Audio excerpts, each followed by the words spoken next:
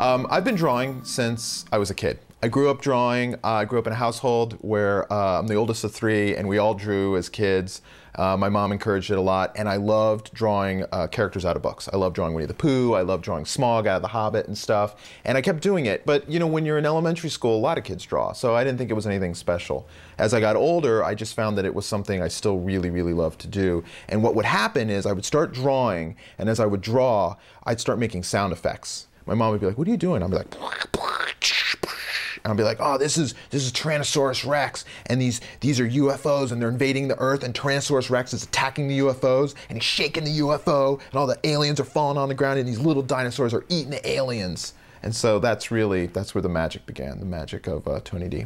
I would just do these drawings and come up with these these silly little stories to go with them. As it went on, I grew up in the late 70s and the early 80s as a kid, and I loved Dungeons and Dragons, and I thought that was a really cool game when I was a kid, and I loved all the monsters and creatures and goblins and trolls and stuff. So when I came out of art school, they were still publishing the game.